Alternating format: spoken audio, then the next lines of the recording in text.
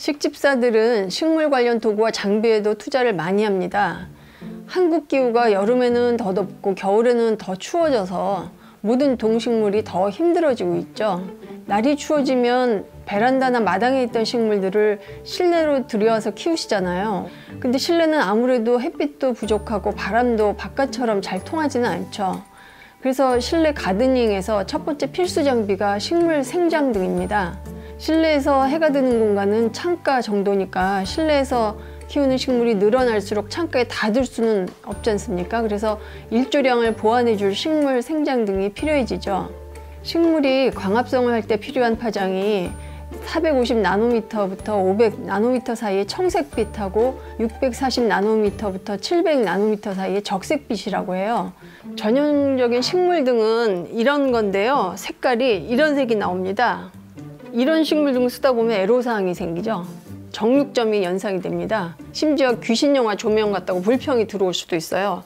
그래서 다행히 최근에는 자연광과 비슷한 색을 내는 풀 스펙트럼 식물 생장등도 나와 있습니다.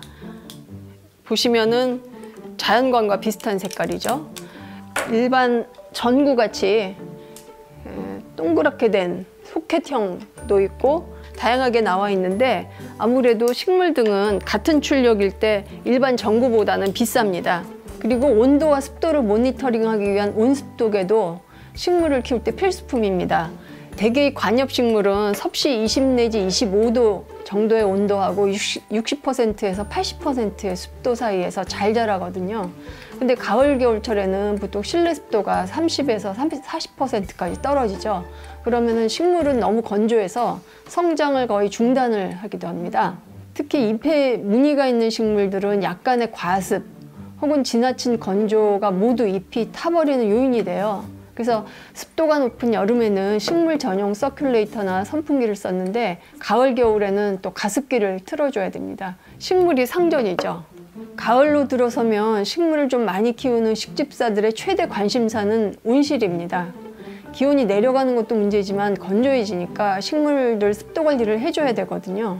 인터넷 쇼핑몰 들어가 보시면 철제나 플라스틱 프레임에 투명 비닐을 씌운 미니 온실들이 굉장히 많습니다. 어떤 거는 뭐 거의 방만한 사이즈도 있고 작은 가방만한 것도 있고요.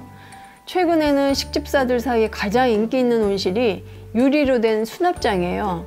특히 이케아에서 파는 밀스보 장식장이라든가 파브리시 장식장 같은 그런 유리 수납장이 대형 온실로 인기를 끌고 있는데요. 이런 수납장들은 투명해서 식물을 들여다보기도 좋고 미관상으로도 아무래도 비닐 온실보다는 낫죠. 최근에는 아크릴판을 잘라서 식물 선반에 맞는 사이즈로 조립한 아크릴 온실도 많이 쓰입니다.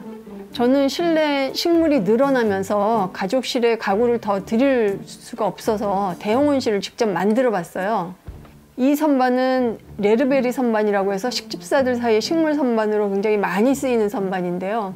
제일 아래 칸에 두꺼운 비닐을 5면의 양면 테이프로 붙이고 앞면은 자석으로 이렇게 비닐을 열고 닫을 수 있게 만들어 봤습니다. 식물을 잘 키우려면 소소하게 필요한 도구나 재료들이 많습니다. 물 뿌리개, 물 조르라고 하죠. 이것도 화분 사이즈에 맞게 써야 돼요. 요거는 큰 화분에 쓰는 거고 이거는 중간 화분에 쓰는 거, 그리고 이거는 아주 작은 화분에 쓰는 건데요. 작은 화분에 물을 줄 때는 물 구멍이 작은 걸 써야 흙이 안 튀거든요. 그리고 아시죠? 수돗물은 하루 정도 받아두고 쓰셔야 된다는 거. 왜냐면 염소 성분이 있어서 식물에 피해를 줄 수가 있습니다. 분무기도 저는 들 2개를 놓고 씁니다. 그래서 하루에 1통 쓰고 다음 날은 전날 물 받아둔 분무기를 쓰고 이렇게 교대로 사용을 합니다. 열대 관엽식물 중에는 몬스테라처럼 위로 기어오르면서 자라는 것들이 많아요. 이런 애들은 잎이 크고 무겁거든요. 보통 식물 키울 때 쓰는 이렇게 얇은 철사 지지대는 받쳐주질 못해서 코코넛 껍질을 둘둘 감은 코코봉이라고 해서 이런 두툼한 봉을 쓰기도 합니다. 식물을 지지대에 고정시킬 때는 안에 철사심이 든 빵끈을 주로 쓰는데요. 이거 쓰면은 식물 줄기나 잎에 상처가 생길 수 있습니다. 그래서 요즘에는 이렇게 식물 전용 벨크로를 쓰는 경우도 많습니다. 식물 화분이 늘어나면 흙 만질 일이 많거든요. 분갈이 할 때는 좀 두툼한 장갑을 쓰고 보통 때는 이런 얇은 니트릴 장갑을 써요. 그래서 이 니트릴 장갑 끼고 보통 화분을 보거나 흙 작업을 합니다. 모종삽도 상토를 담는 큰 삽하고 분갈이 할 때 쓰는 조금 작은 모종삽 두 가지가 있으면 아주 편합니다. 그리고 저는 아주 작은 화분에 흙을 담을 때는 이렇게 일회용 수저도 많이 씁니다. 제가 식물 키운 이후에 가까워진 게 과산화수소수인데요. 이건 식물계의 드루이드라고 불리는 프로게님 블로그에서 배운 겁니다. 과산화수소수를 아주 묽은 농도로 희석해서 쓰면 흙에 뿌려주면 뿌리파리 유충을 잡는 약으로도 쓸 수가 있고요. 식물 뿌리에 산소를 공급해 주기도 합니다. 그래서 저는 소독용으로도 아주 두루두루 씁니다. 식물의 시든 잎이나 가지를 정리해 줄 때 손으로 하다 보면은 멀쩡한 잎을 찢어 먹기도 하고 손도 다칠 수 있어요. 그래서 저는 원예용 가위 두 가지를 쓰는데, 요거는 상한 잎을 자를 때 쓰는 가위고, 요거는 두꺼운 과제를 자를 때 쓰는 가위입니다. 이렇게 일회용 알콜솜 들고 다니면서 소독을 하고 씁니다. 이거는 뿌리파리나 날아다니는 벌레들을 잡는 나비 트랩인데요. 여기 안에 보시면은 곤충을 유인하는 페로몬이 발라져 있어서 화분에 꽂아 놓으시면은 보기에는 흉해도 벌레 잡는 효과가 아주 좋습니다.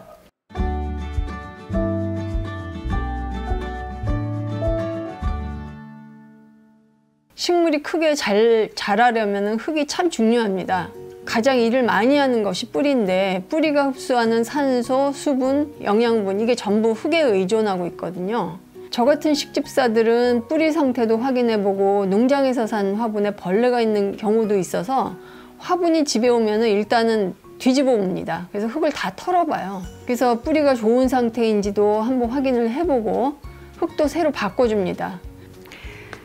여기 이 흙이 일반적인 원예용 상토입니다. 원예용 상토는 텃밭용 채소부터 관엽식물까지 두루두루 쓸 수는 있어요. 보통 시판되는 상토는 작은 단위부터 50리터짜리까지 다양하게 있습니다. 50리터에 10,000원 정도고 다 인증도 받은 거고 식물 생장에 좋은 성분과 폐하도 맞춰져 있어서 그냥 쓰면 됩니다. 또 약간의 비료 성분도 들어가 있고요.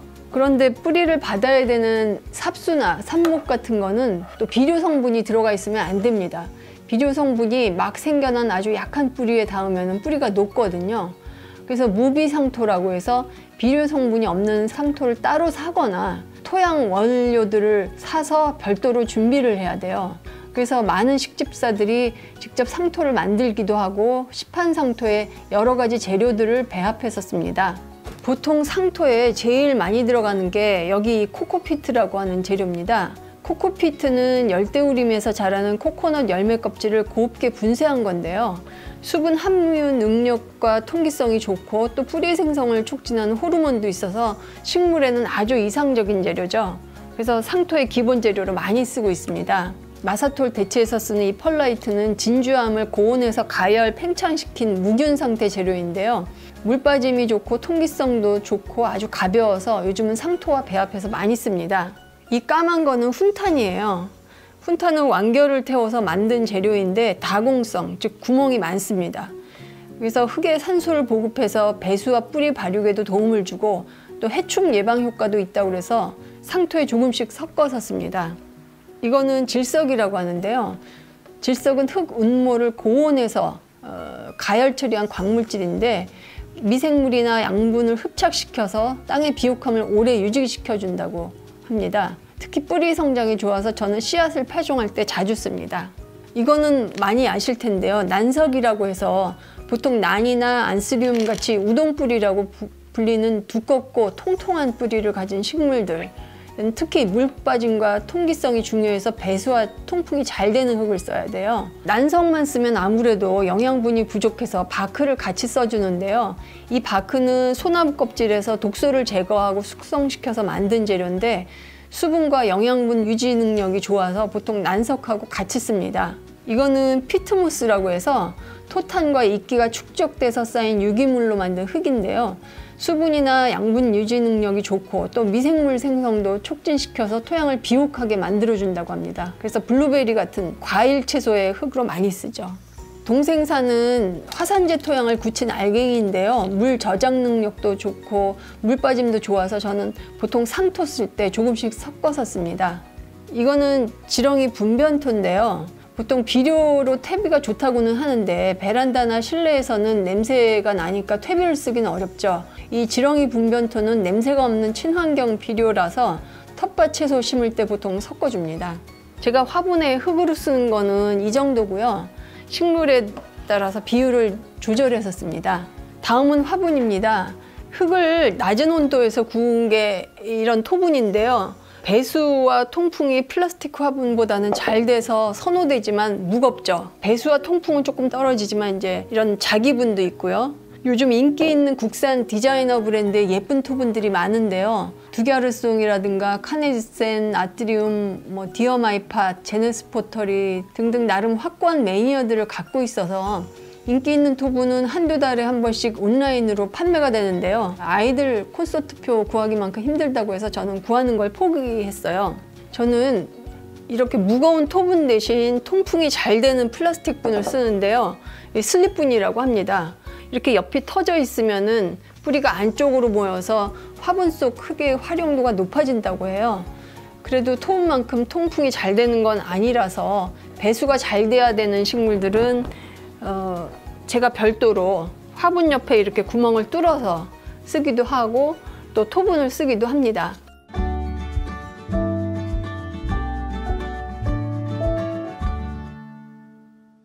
제가 분갈이 하는 거를 한번 보여드릴게요. 분갈이 할 때는 이런 그 넓은 비닐 가방 같은 게 있으면은 활용을 하시면 좋을 것 같아요. 흙 떨어지는 거를 막을 수 있으니까.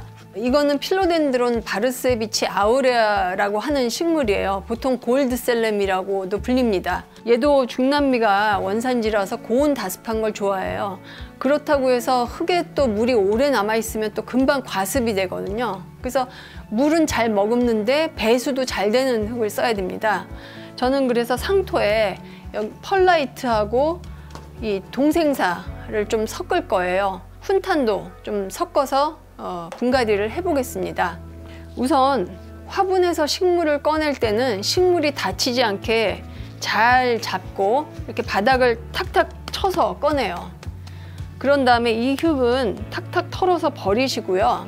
화분이 크면 뿌리가 커진다고 해서 많이 큰 화분을 쓰기도 하지만 또 너무 큰 화분을 쓰면 과습 증상이 쉽게 올 수도 있습니다. 그래서 적당한 사이즈의 화분을 고르는 것도 과습을 예방을 하는 요령입니다. 이렇게 흙은 주물주물해서 뿌리가 다치지 않게 살살 털어주시면 됩니다. 자, 이 정도면 어느 정도 됐고요. 저는 화분에 그 배수층으로 코코칩하고 난석을 쓸 겁니다. 그러면 깔망 같은 거를 따로 안 까셔도 흙이 어느 정도 막아서 흙이 밖으로 안 흐릅니다. 이제 흙을 섞을게요. 동생사 조금 하고요. 펄라이트 그리고 훈탄. 일회용 수저를 이럴 때 쓰시면 됩니다. 이렇게 원형 상토하고 섞습니다. 그런 다음에 흙을 턴 식물을 배수층을 한 화분 가운데에 놓으시고요. 흙을 섞어줍니다. 내면으로 골고루. 화분 윗부분까지 채워주시고 이렇게 한 번씩 탁탁 털어주면 틈으로 식물이 고정이 될 수 있고요. 옆에 조금 다져주시되 너무 꽉꽉 누르지는 않는 게 좋습니다. 어차피 물을 주면 내려가면서 다져집니다. 이렇게 화분 분갈이가 끝났습니다. 중요한 것 중에 하나는 식물 입장에서는 흙과 살던 집이 바뀐 거니까 스트레스를 받을 수 있습니다. 그래서 분갈이하고 나서는 해가 들지 않는 그늘진 곳에서 하루 정도는 쉬게 해주세요. 그리고 그 다음 날부터 해가 잘 드는 곳에 두고 이제 광합성을 할 수 있게 해주시면 되겠죠.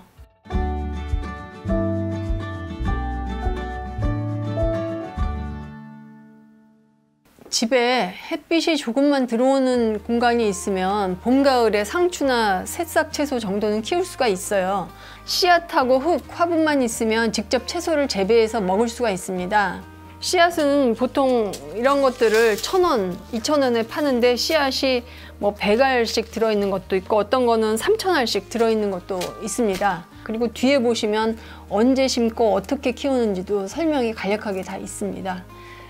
씨앗 대신에 모종을 사면은 더 짧은 기간에 수확해서 먹을 수도 있습니다. 모종도 뭐 상추 같은 건 6개 뭐 1,000원, 비싸봐야 1,500원 정도 하고요.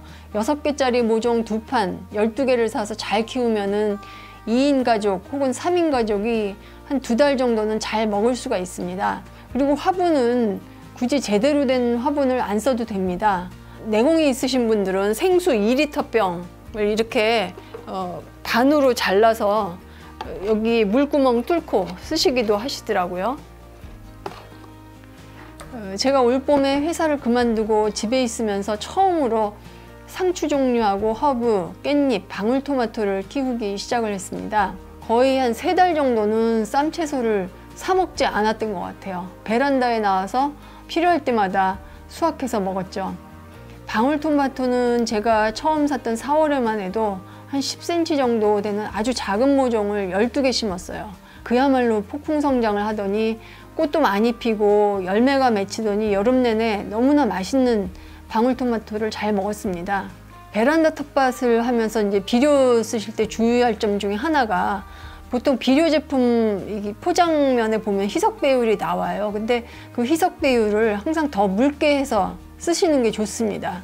보통은 공동주택 베란다에서 방울토마토 수확한 것처럼 열매 채소가 잘 되기는 쉽지 않아요. 저희 베란다는 천장이 아크릴로 돼 있어서 햇빛이 아주 일부라도 좀 투과되기도 했고, 뿌리파리처럼 식물 뿌리를 갉아먹는 성장을 저해하는 벌레를 비교적 잘 막아냈던 것 같습니다. 9월 초에 몇 가지 채소를 심어봤는데요. 잘 자라면은 20일만 해도 수확한다고 해서 20일 적합무로 불리는 빨간 레디쉬하고 버터헤드 상추, 그리고 다채, 로메인, 이렇게 해서 4가지를 제가 심었습니다. 심을 때 모종 트레이에 질석을 넣고 발화시킨 것도 있고, 지피 펠렛이라고 해서 이 코코피트를 압축한 건데요. 이게 물을 넣으면 이렇게 부풉니다. 여기에다가 심은 것도 있어요. 이제 심고 나서 1달 반 정도 됐으니까 한번 수확을 해볼까 합니다. 원래 이 레드시드는 뿌리가 자라서 무처럼 동그랗게 돼야 되는데 모양이 좀 미어지고 있는 것 같습니다. 그래도 단독 화분에서 자라고 있던 레드시드는 좀 잘 자란 것 같아요. 제가 한번 보여드릴게요.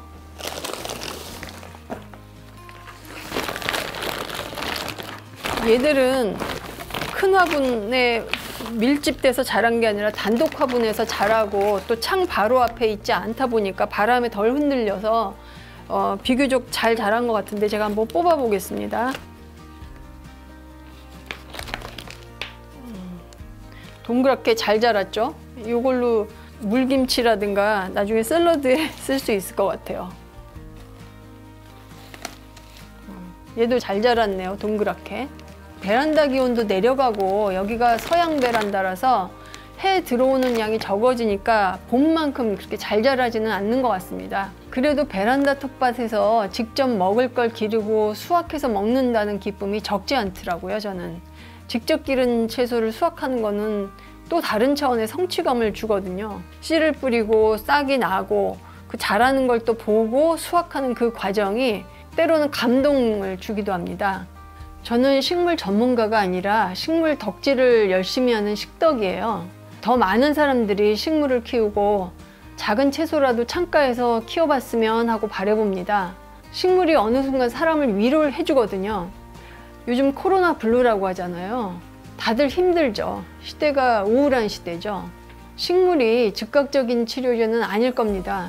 저처럼 시행착오도 거쳐보고 눈높이도 낮은 그런 사람들의 경험을 통해서 어떻게 식물에서 기쁨을 찾고 위로도 받는지 직접 경험을 해보셨으면 좋겠습니다.